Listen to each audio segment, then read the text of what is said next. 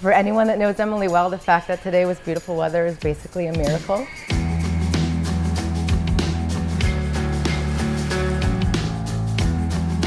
The first time that I got to meet Pete was coming here to the Kittansset Club.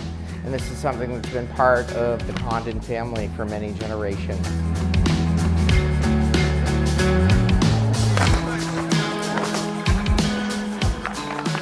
To quote Peter, I'm still falling in love with her each and every day. To quote Emily, I realize that I finally feel whole now in my life with him as a part of it. We met about 1.5 years ago. She had almost given up hope of meeting a nice guy. I had seen his brother Ben at a little kid's birthday party and asked if anyone had any single friends. Peter's brother Ben was at the party and he overheard Emily's question and said to her, "My brother." I remember the moment I first called you vividly. My palms were sweating, my voice was cracking, and my heart was pounding, just like it is now. Peter got up his courage and invited her out to the Beehive Bar in Boston that very weekend. I was there first, and I remember looking around for like what I thought he looked like. She was already at the bar. She was sipping a martini.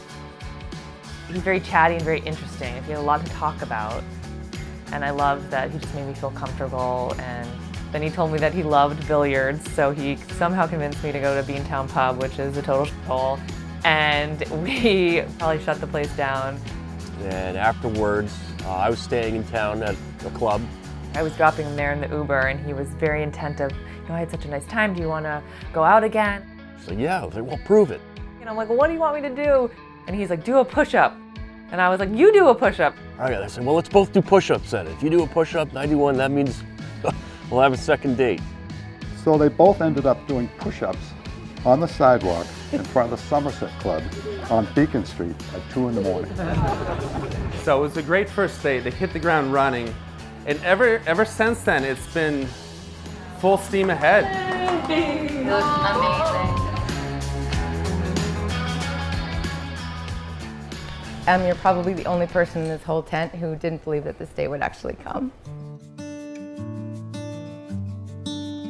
We, unaccustomed to courage, exiles from delight, live coiled in shells of loneliness, until love leaves its high, holy temple and comes into our sight to liberate us into life.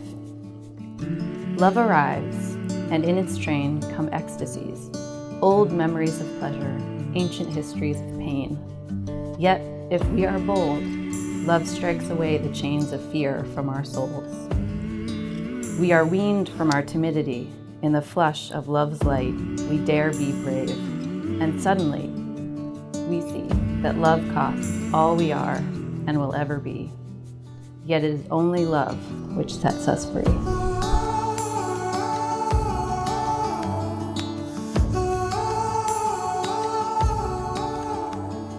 Marriage begins with the giving of words. We cannot give ourselves over to the other without giving our word. And so it is that we, your friends and family, with open hearts, now bear witness as you give your word, which is your life, to each other. Happy, calm, loved. These are the words I feel when I'm with you. Happy because your silliness makes me laugh every day.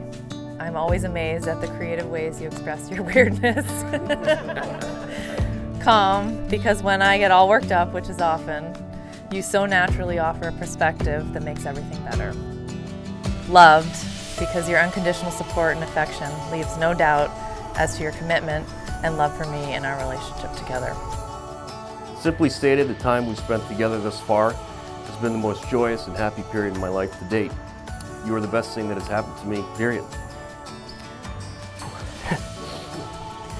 I promise that I will always love you and support you and cherish each and everything we do together. I'm so excited that we have found each other, and I can't wait for what's to come. I love you. My vow to you today is quite simple. I promise to be the best possible partner, friend, man, hopefully father too, soon, and husband. Each and every day we share this life together. There's a saying often used that one shouldn't, quote, sweat the small things. While I agree with this notion in a larger context, what makes love and marriage so wonderful is very much the small things. The little random and spontaneous things we can say and do for one another on a daily basis to keep this love we now share always growing and alive. It's something I vow not to lose sight of, and ultimately to treat you each and every day with the respect, honor, dignity, and abundant love you so deserve for as long as we both shall live. Emily and Peter, by the power vested in me by the Commonwealth of Massachusetts, I now pronounce you husband and wife.